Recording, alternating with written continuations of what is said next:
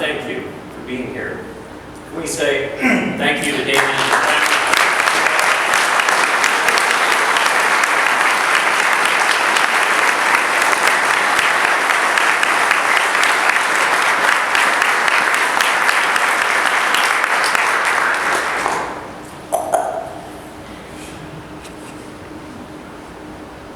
JP has also shared his story. Steve has, Greg have.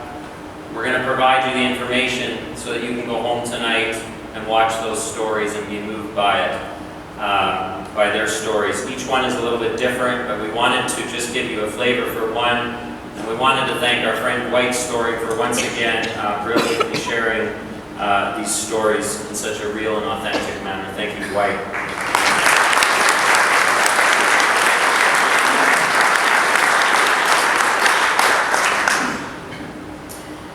Addictions is close to home for many of us, with 1 in 4 Canadians personally impacted by addiction. A family member, a friend, a neighbor, a co-worker. Addictions is no respecter of age, gender, wealth. The headlines of this past year make it no surprise that today we face a critical point in the need for addiction treatment services. The opiate crisis accounts for 1 person dying every 13 hours from an overdose. So how do we respond? Well, we'd be smart to take the police chief's words. We must respond with bold leadership, decisive action, and enhanced support to assist individuals who are struggling with addiction in Waterloo region. Our current facility at 174 King Street North in Waterloo has been operating there since 1975 for over 40 years.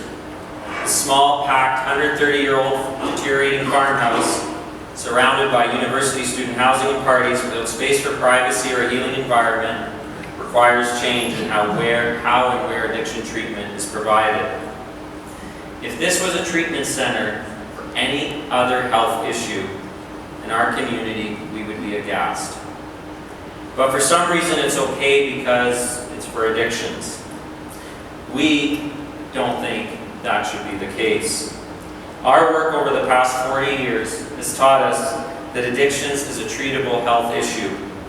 Our region is home to a number of innovative treatment centers for a variety of health issues. Why couldn't our region be a leader in addictions treatment? It seems like there's no better time than now. As you may have heard this week, House of Friendship has purchased the former Haven House at 562 Concession Road in Cambridge.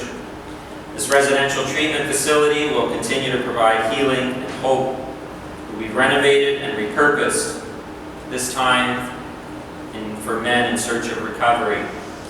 Along with offering residential services to men, day treatment community program services will be available for both men and women. And we'd also like to innovate and look at new ways that we can address the issue of addictions. So tonight, together with you, our closest supporters, we are launching the Close to Home campaign. A $3 million campaign to make this a reality for the purchase and renovation of this building. I am pleased to announce tonight that we're 2/3 there. Thanks to the generous support of this community who has come behind this vision and sees the importance of this project. But we still have $1 million to go, and we need your help. Tonight on your way out, you will not be allowed to leave. We have each door. There will be security there. You will be provided with the opportunity to consider how you can help transform addictions treatment in Waterloo region. You'll be given a Close to Home brochure that contains the link to JP and Greg's videos and Damien's as well. Please watch them and consider your support. And there's also a donation card.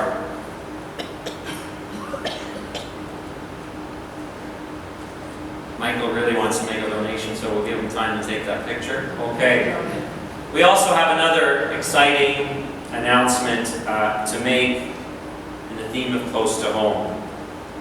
In exactly 4 months from tonight, we are incredibly pleased and excited to be bringing Sean McCann to our community.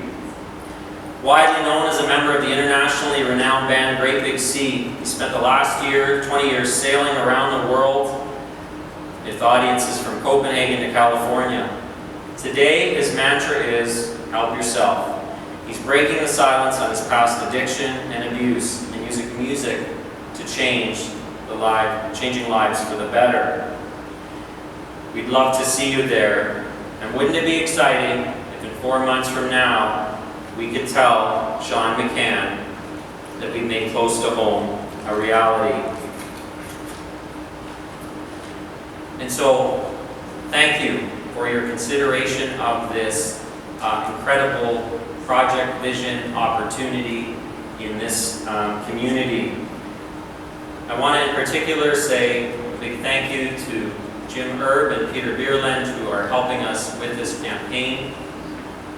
As I'm looking out, there are a number of you sitting in this room who got behind this vision immediately and supported it, and we can't thank you enough to give us that confidence. I was delighted when on Monday we had Steve, we had JP, we had Clarence come out, we had some folks that have gone through the old building.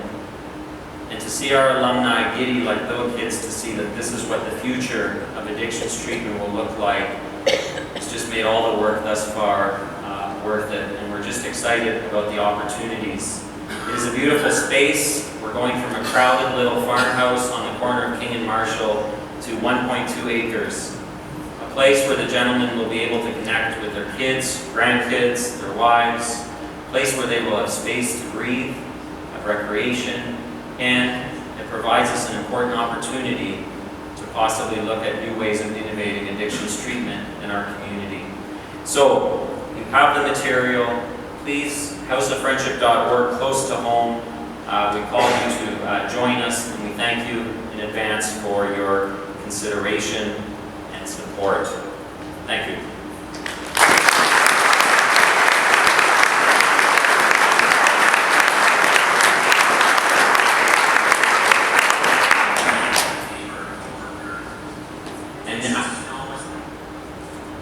We're all good, Don? All right.